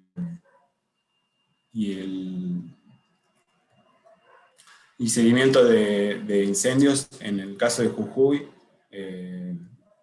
Flavio Esperanza, ¿sí? Compañero del INTA de Yuto. Flavio. ¿Qué tal? Buen día. ¿Cómo andás, Martín? Colegas y el público en general, ¿cómo andan? Hoy buenos días porque está lloviznando y lloviendo en toda la zona norte, así que bueno, estamos contentos. Y muchos de los brigadistas pueden estar en esta charla gracias a eso. Yo lo que les quiero contar en esta presentación, bueno, siguiendo un poco el orden de las presentaciones que nos fueron mostrando la alerta temprana, qué hacemos durante, cómo podemos cuantificar las áreas quemadas. Ahora, luego de esto, tenemos digamos, el momento post-incendio, y ahora, ¿qué hacemos? Yo les voy a contar un trabajo puntual, local, que nosotros abordamos acá en el INTA de Yuto, que es un proyecto de restauración en la provincia de Jujuy. El contexto que les quiero comentar es un sector donde tenemos una historia de fuego, de incendios forestales, uno producido en 2009, otro en 2013, en donde se han consumido 25.000 hectáreas de bosques. El tipo de vegetación es del tipo selva pedemontana, bosque pedemontano, en la parte baja de las laderas, ¿no? La situación que tenemos después del incendio es, bueno, bosques degradados, por supuesto, con baja funcionalidad ecológica, ya sea para hábitat, para regulación hídrica, un reducido potencial productivo, porque estos bosques están bajo, en muchos de los casos, en fincas privadas, está bajo un plan de manejo forestal sustentable. Esto es planes de manejo donde se hace extracción de madera de los individuos más grandes de forma sustentable, ¿no? Se va extrayendo los árboles grandes y se deja toda la masa boscosa. Entonces, obviamente, baja notablemente el potencial productivo y se genera también un mayor riesgo de erosión del suelo. Si nosotros dejamos esto así, en un futuro cercano lo que se produce es o abandono de estas fincas y de las actividades productivas, o bien conversión a otros usos. Es por eso que así surge nuestro interés y la necesidad de generar un plan de manejo y restauración. Este plan es como les dije, es un caso puntual y son sitios piloto que esto está organizado junto con el Ministerio de Ambiente de Nación, el Ministerio de Ambiente de la provincia de Jujuy y la Asociación Forestal, la Asociación Foresto Industrial de Jujuy, o sea que acá también participaba el sector privado, y planteamos como objetivos fueron los siguientes. Por un lado, delimitar los tipos de vegetación y cuantificar el grado de severidad. Teniendo esta cuantificación, es identificar, por un lado, áreas para prevenir la erosión del suelo y áreas prioritarias para recuperar el bosque.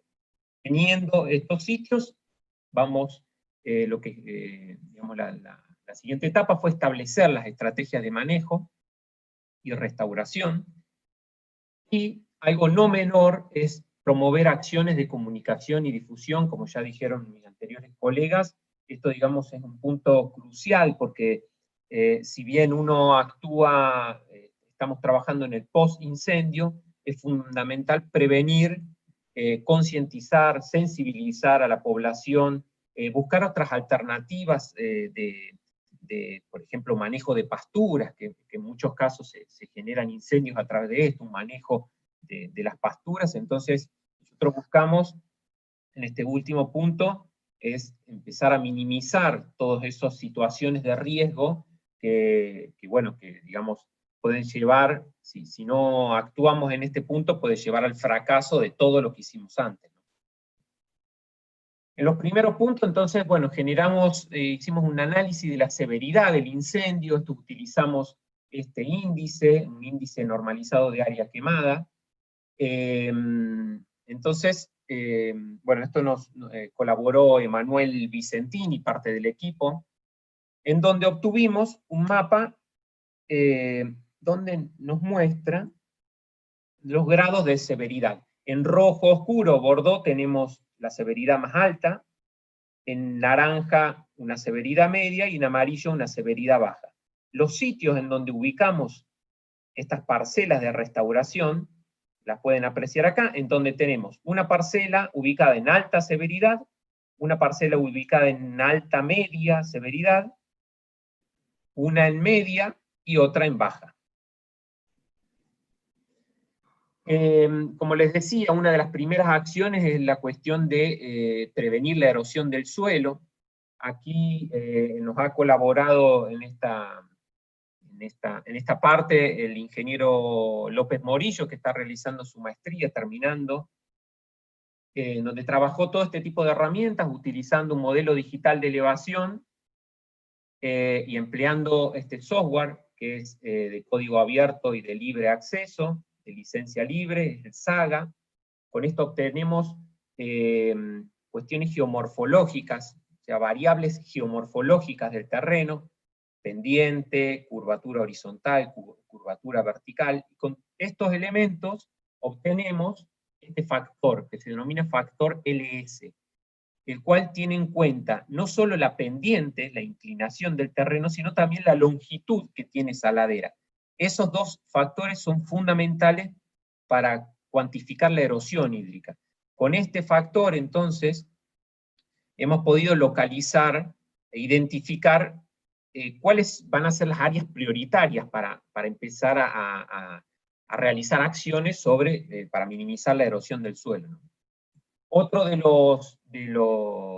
las herramientas combinadas con un sistema de información geográfica es este modelo EC-HMS, que lo que hace este modelo es simular los efectos del cambio de la cobertura del suelo, que en este caso es un incendio forestal, y estimar el escurrimiento en determinados puntos de la red fluvial. Entonces, con esto nos va a permitir predecir problemas relacionados a inundación.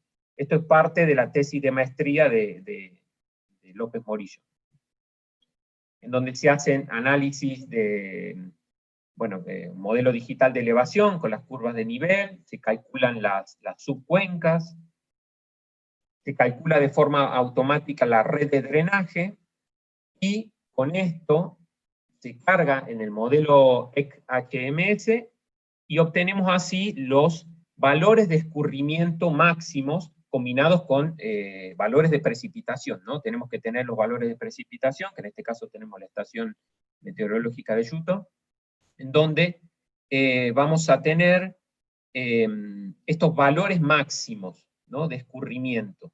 Y esto nos va a estar indicando, bueno, problemas de inundación y cómo podemos nosotros empezar a intervenir, o en qué zonas es prioritario intervenir para reducir estos puntos máximos de caudales que tenemos en estos sitios. Por ejemplo, a través de biofaja, mulching o siembra y plantación de herbáceas.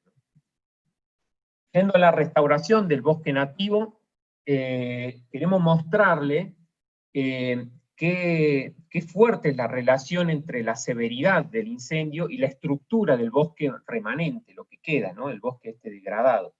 Entonces hemos llevado adelante parcelas de inventario, y acá tenemos algunos resultados que me parece interesante mostrarles cómo esta relación entre la estructura, por ejemplo, los individuos mayores a 10 centímetros de diámetro a la altura del pecho, o sea, árboles más grandes de 10 centímetros, en la severidad baja tenemos gran cantidad de estos individuos, y se va reduciendo, bueno, como debería ser lógico, se va reduciendo la cantidad en función de que tenemos más severidad.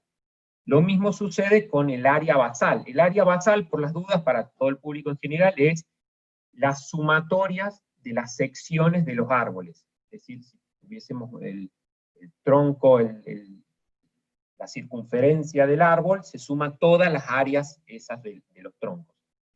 Y así tenemos que en severidad baja tenemos esta área basal, y se nos reduce, fíjense, notablemente, hasta menos de 1 metro cuadrado por hectárea, en una severidad alta, ¿no?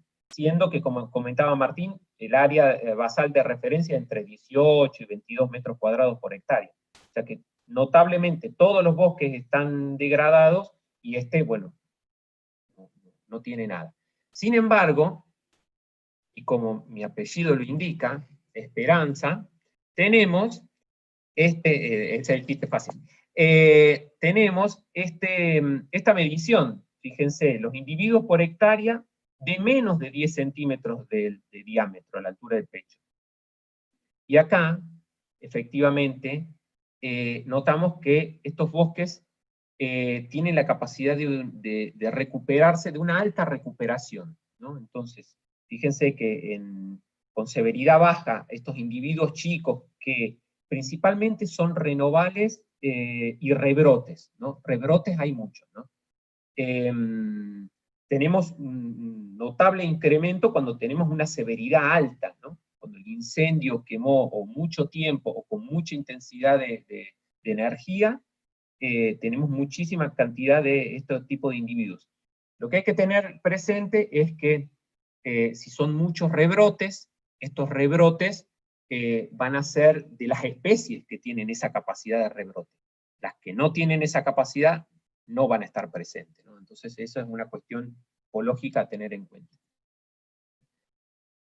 Bueno, una de las primeras estrategias de manejo y restauración es reducir el ingreso del ganado, ¿no? En este caso, como bueno, fueron sitios piloto, hicimos una infraestructura de esta manera, pero en otro tipo de áreas podemos utilizar boyeros, podemos utilizar,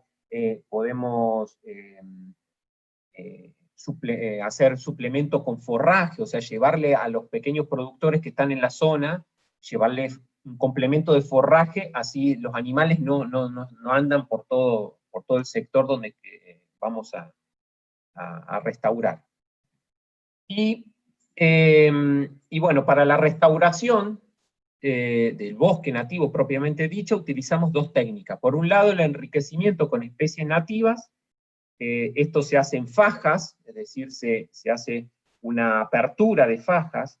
Yo en esta charla quiero erradicar la palabra limpieza del monte, porque me parece que el monte no está sucio, sino que solo tiene hierbas, arbustales. Entonces, hacemos una apertura, ¿no? Y hacemos la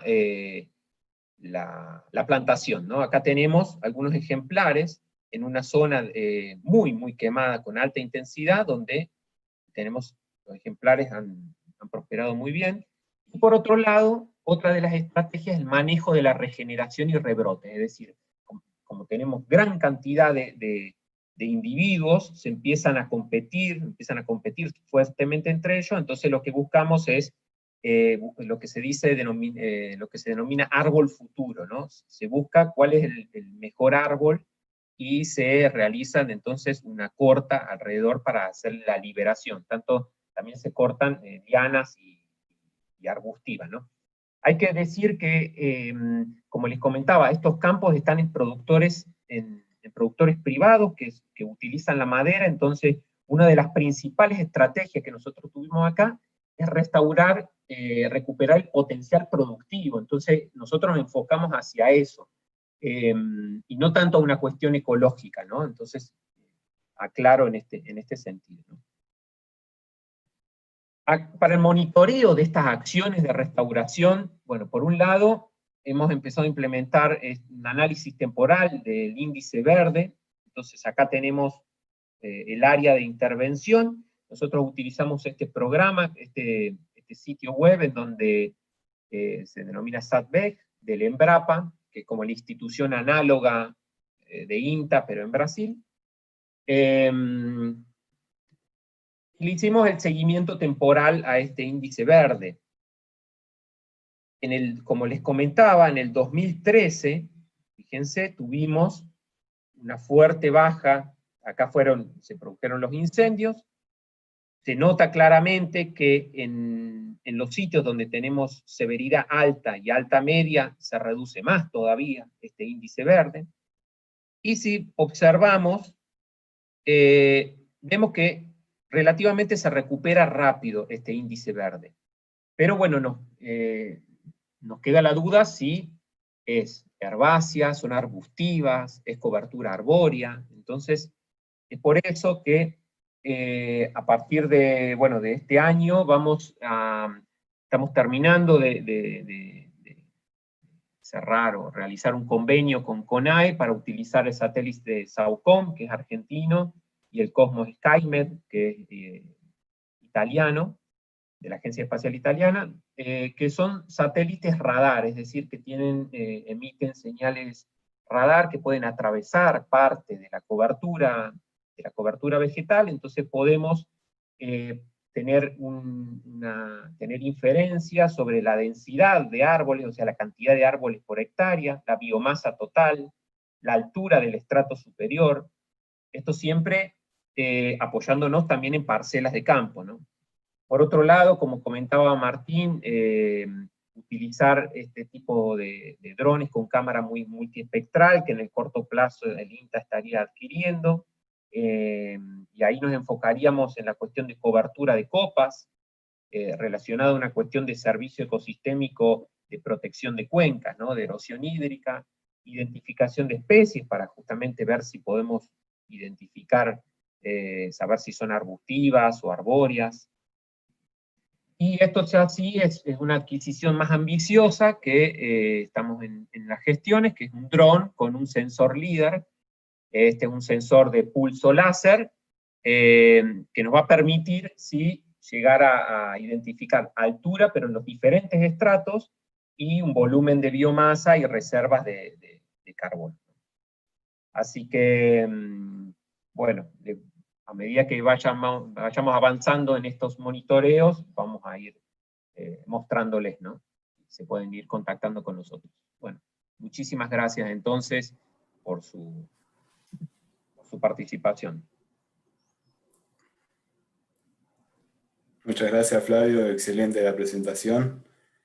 Y bueno, invitamos a todos los que están mirando las presentaciones de poder llegar a dejar sus consultas, sus dudas, sus inquietudes, comentarios en el chat. Claudia, ¿hay alguna consulta, Sí. duda que ya esté presente? Sí, Martín, gracias a todos por sus exposiciones. La verdad que lo que dejaron muchos de los participantes fue eso, un agradecimiento por todo lo que se dijo, por todo lo que cada uno de los técnicos aportó. Así que felicitaciones y bueno, gracias nuevamente. Aquí hay un comentario que nos hace Erika, nos pregunta si los focos de calor, que es llamativa esa imagen que ustedes habían mostrado sobre los focos de calor, ya que la imagen sigue como un patrón lineal, dice, sobre la zona cultivada y la zona de vegetación. Era un comentario que ella nos hacía, no sé si ustedes tienen algo para agregar ahí.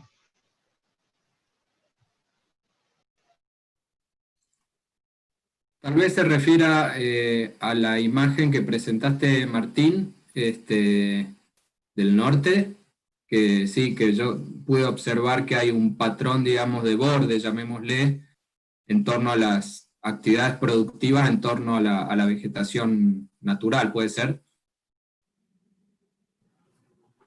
Tal vez sea eso, ¿no? Y bueno, y en especial, digamos, sobre el eje de Ruta 34 y muy, muy de la mano sobre la limpieza de los cercos, ¿no?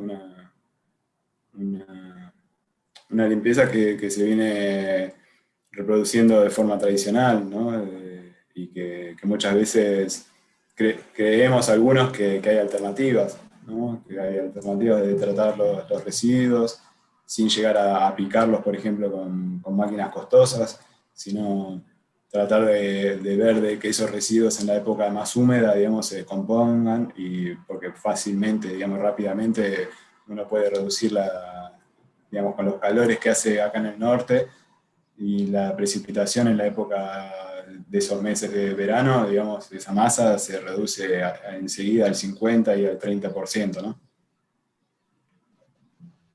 Bien, Pero sí, gracias Martín. principalmente sobre el eje de Ruta 34 se ven esas cuestiones de incendio. Bien, tenemos aquí otra consulta que la podemos responder desde distintos puntos, porque también nos preguntan en medidas de prevención si se está trabajando con productores locales, si ellos toman alguna medida preventiva, o los municipios, considerando la cercanía de las ciudades. Bueno, ustedes mostraron los trabajos que se están realizando, o qué es lo que pasó con los incendios en distintos puntos. Cómo trabajaron con los productores, cómo trabajaron con los municipios. La provincia de Jujuy, nosotros estamos impulsando ya hace tiempo, junto con la Administración de Parques Nacionales y con el Ministerio de Ambiente de Jujuy, el armado de un consorcio de manejo de fuego, o un comité de manejo de fuego. Eso nos interesa de sobremanera porque no solo va a ser un consorcio de la parte pública, sino justamente queremos que se involucre la parte también privada, que sea público-privada, porque creemos que, bueno, el combate está casi exclusivamente, digamos, manejado, o se encargan, digamos, del combate la Dirección Provincial de Manejo de Fuego, ¿no? Que depende del Ministerio de Ambiente de Jujuy. Sin embargo, tenemos que apuntalar y trabajar en conjunto las cuestiones de prevención, ¿no? Eso nos parece muy importante, es por eso que, digamos, empezamos a difundir estos gráficos que nos muestran el riesgo de incendios. El Ministerio de Ambiente de Jujuy los elabora y nos envía, y entonces lo mandamos en nuestras redes sociales. Y bueno, queremos empezar con capacitaciones, queremos empezar con la difusión de... bueno, no, perdón, empezar no, esto ya lo venimos trabajando hace tiempo, que nos pareció muy importante la cuestión de las denuncias, ¿no? Porque lo que siempre pasa, si uno ve un ladrón, sabe a quién llamar. Si uno tuvo un accidente, sabe a quién llamar. Pero si ves un fuego, ¿a quién llamas? Entonces, eso es sumamente importante en Jujuy. La verdad que había poca información en ese sentido, entonces hubo un fuerte esfuerzo del Ministerio de Ambiente de Jujuy para empezar a difundir esto. ¿A quién tenemos que avisar? Porque al margen de los focos de calor, como bien habían mencionado, que tienen ahí un retraso en llegar los datos, en poder tener adquiridos, digamos, y poder ser utilizados, es fundamental el ojo de la gente está transitando. Y fundamentalmente por esto que comentábamos recién, siempre están dados por actividades, en general son por actividades antrópicas y siempre están muy, muy cerca de o poblaciones o rutas. Entonces, siempre alguien lo ve, ¿no? Entonces, esto es fundamental. Si los otros participantes quieren agregar. Y tal vez agregar también, digamos, en relación a esta experiencia que han desarrollado en Jujuy, digamos, cómo se fue replicando en Salta, ¿no? También con el Ministerio de Ambiente de Salta y esta experiencia con los privados acá en el norte, y bueno, cómo se empezó a trabajar el tema de los talleres con los colegios, y bueno, nos parece que eso es un punto también importante, digamos, a la hora de, por ejemplo, de esos talleres. Después se organizó un grupo, ¿sí? Acá autoconvocados por los árboles de Tartagal, y que también implementó una campaña de prevención de incendios, y bueno, y eso tiene ciertas repercusiones como este proyecto de ordenanza, y bueno, y estar atentos, participar. Creo que en ese sentido, digamos, como estás planteando vos, Flavio, digamos, más allá desde una postura denunciante, yo creo que hay que también comprometerse, ¿no? Digamos, en relación a la voluntad y las intenciones de cada uno, y poder llegar a estar en contacto participando de estos espacios, digamos, de organización, de instituciones, digamos, y empezar a institucionalizar esto en consorcios. Creo no, digamos, sino es que como hoy presentaba Diego también, digamos, es un punto importante, digamos, a seguir trabajando, y lo vemos como un punto de hilo, digamos, en esta madeja, ¿no?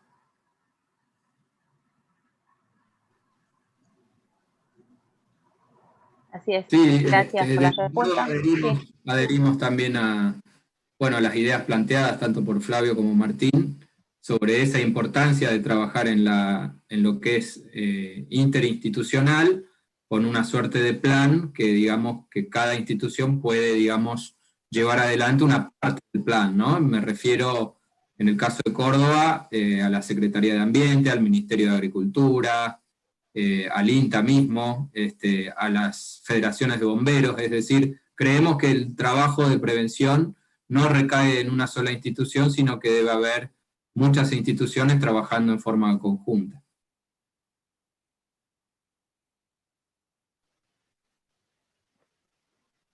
Bien, gracias. Tenemos otra consulta, más allá de las aplicaciones y de las herramientas que ustedes nombraban en su exposición. Gisela pregunta qué opinión tienen de la utilización de drones conjuntamente con las imágenes satelitales para la etapa de detección temprana de focos. En otros países los utilizan a modo de patrullaje y para atacar el inmediato antes de que el fuego se convierta en un ente incontrolable.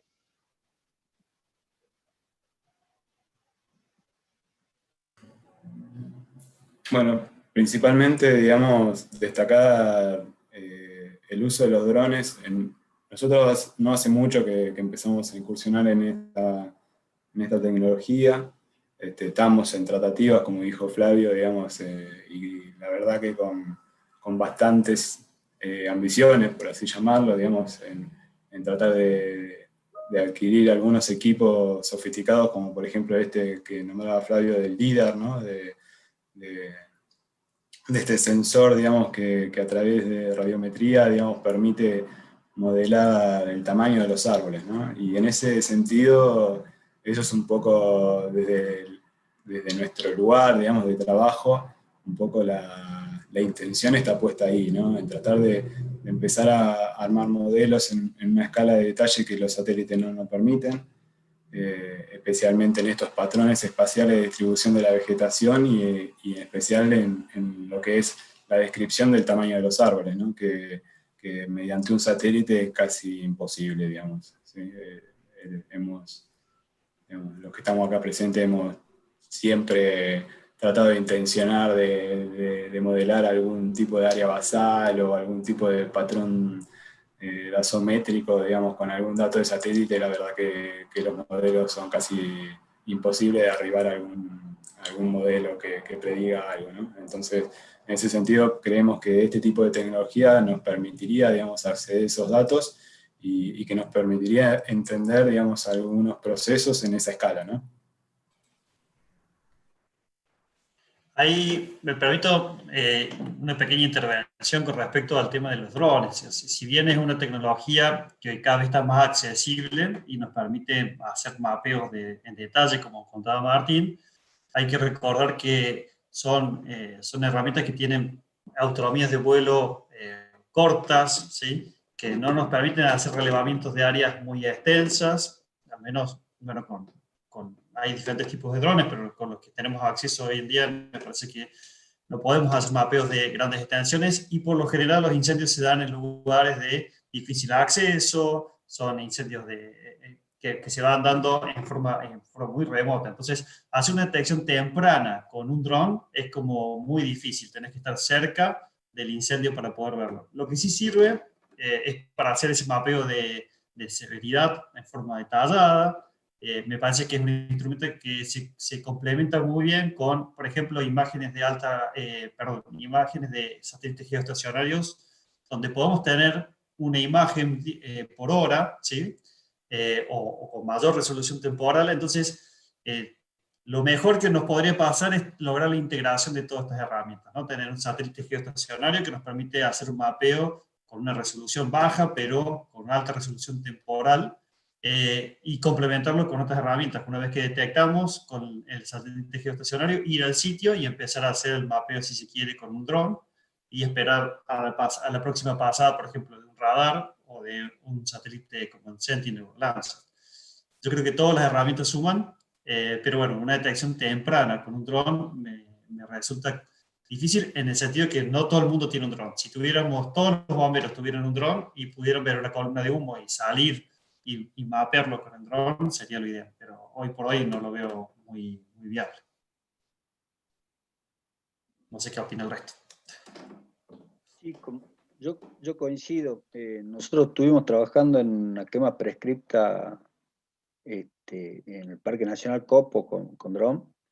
Fue una quema chiquita de 17 hectáreas, nos permitió hacer unos mapas espectaculares, pero tuvimos algunos problemas, por ejemplo, con las distancias. El dron se te va a más de 1 kilómetro, trabajamos con un Phantom 4, y comienza a perderse la señal, ¿no? Entonces, digamos, imagínate en un incendio, no sé, en Carilegua, donde tenés ráfagas de viento, tenés condiciones extremas, entonces es un poco complicado, ¿no? Y también cuestiones de costo, ¿no? Yo creo que hoy en día para tener un dron, digamos, trabajando, necesitas una buena computadora, necesitas capacitación, necesitas el programa, entonces son fácil 2 millones de pesos, 1,5 millones, 2 millones de pesos que tenés que invertir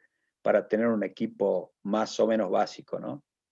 Y por cuestiones de batería, por todas las cuestiones que señaló Diego, para detección temprana, medio que no. Para mapeo espectacular, pero con ciertas limitantes.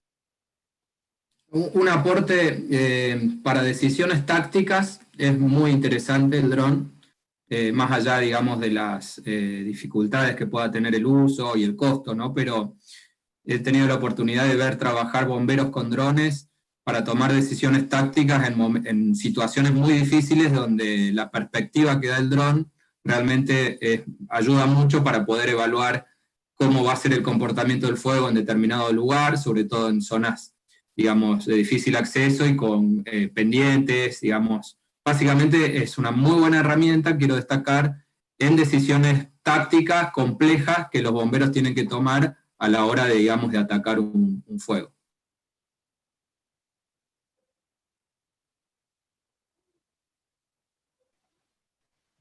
Bueno, tenemos las últimas 3 consultas que les voy a leer.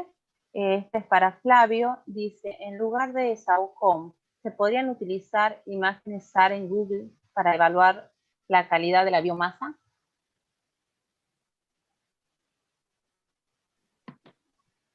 las SAR Google, dijiste.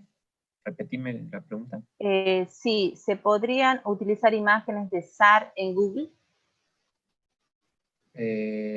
Mira, hay un satélite SAR, que es el PALSAR, que se podrían llegar a utilizar. El tema es que, por lo menos, nuestra área de estudio no tiene muchas imágenes. De hecho, tiene en momentos muy puntuales, y bueno, la resolución espacial es baja. Digamos, la hemos tratado de usar, pero nos ha costado, ¿no? La verdad que, y acá, digamos, me voy a la pregunta anterior, y se pueden integrar, se podrían integrar con otros instrumentos, ¿no? Para ir ajustando, y sí hacer, por ejemplo, estudios, como decíamos, bueno, con un dron podés volar poca superficie. Sin embargo, si vos podés ajustar estas otras imágenes, ya sí podés regionalizar, o sea, como extender tu estudio a toda el área, ¿no? Ahí quizás con lo que dice, porque estoy leyendo de la consulta de Mario, me parece que es, en Google Earth Engine tenés otros sensores SAR, como puede ser Sentinel-1, pero trabaja en otra banda, una banda diferente a la que necesita, que mencionaba Flavio, del SAOCOM, que es una banda L, que tiene mayor penetración sobre el dosel y que copia mejor la estructura del árbol, en teoría, por las polarizaciones que trabaja también. Me parece que es complementario utilizar el Sentinel-1 con SAOCOM, por ejemplo. Hay trabajos de ese tipo, pero satélites de banda L que estén en Google Engine, no hay más que ALOS, y ALOS llega, no sé si al 2017, es decir, no tenemos imágenes actuales de ALOS. Entonces, bueno, la opción que hay hoy disponible es el SAOCOM, me parece, Flavio, si no me equivoco. En esa banda, al menos. Exacto, en esa banda sí. Bien, les leo los últimos dos comentarios que nos dejaron. Martín, veníamos trabajando muy bien el año pasado, esta pandemia nos frenó en todo sentido. Esperamos poder retomar este impulso que traíamos. Tu dedicación es elogiable, nos dice Luis. Y también Cecilia Iriarte, del Parque Nacional Calilegua, nos comenta que el enfoque del consorcio o comité necesariamente contempla el pre, el durante y el post, bueno, post focos de incendio, ¿no? Así que bueno, esas fueron todas las consultas que nos dejaron en el chat. Yo les voy a pedir que antes de que cerremos esta charla virtual que presentamos hoy, ustedes les puedan dejar a todos los participantes su correo electrónico. Muchos nos consultaron también acerca del material que ustedes expusieron, si lo vamos a tener dispuesto en las páginas de INTA, así que seguramente van a ser materiales que van a estar subidos a la página de INTA Ayuto, bueno, con la colaboración de todos los participantes que estuvieron hoy, de todos los disertantes. Así que bueno, los dejo un ratito para que dejemos nuestros mails, así cualquier duda que haya quedado pendiente, ellos pueden comunicarse directamente con ustedes. Muchas gracias. Y un saludo a todos. Muchas gracias, saludos. Los correos, Claudia, los dejamos en el chat. Sí, o si quieren nos pueden decir si no hay alguna dificultad en el mail. Yo solamente escribí el de Flavio, pero si ustedes si ustedes quieren los pueden decir y yo los voy escribiendo. O bueno, lo dejan en el chat de YouTube si están. Bueno, mi correo es lizárraga@apn.gov.ar, con B larga. Agradezco mucho la invitación a esta charla. La verdad que el procesamiento tanto con imágenes satelitales como con focos de calor de incendio es uno de los temas que me apasiona, y principalmente lo hago siempre con miras a contribuir a no haya tantos incendios y también a contribuir tanto para la seguridad como para que la gente que combate los incendios, los brigadistas, puedan tener información útil en tiempo casi real para hacer ese combate que la verdad es una tarea súper arriesgada y muy pesada, ¿no? Así que bueno, nada, agradezco esto, me encanta la iniciativa y disponible para cualquier consulta o trabajo que se quiera realizar. Gracias. Bueno, lo mismo, extiendo el agradecimiento de mi parte. Gracias Martín, Flavio, por la iniciativa, a todos ustedes por esta oportunidad y que, bueno, que esto sea una excusa también para coordinar esfuerzos desde las distintas instituciones. También celebro que podamos estar en contacto con Administración de Parques Nacionales, que realmente están haciendo un trabajo bárbaro. Así que de mi parte también a disposición, dejé el mail ahí en el canal de YouTube, por cualquier consulta podemos compartir las presentaciones y bueno, quedar en contacto para cualquier cosa que podamos hacer.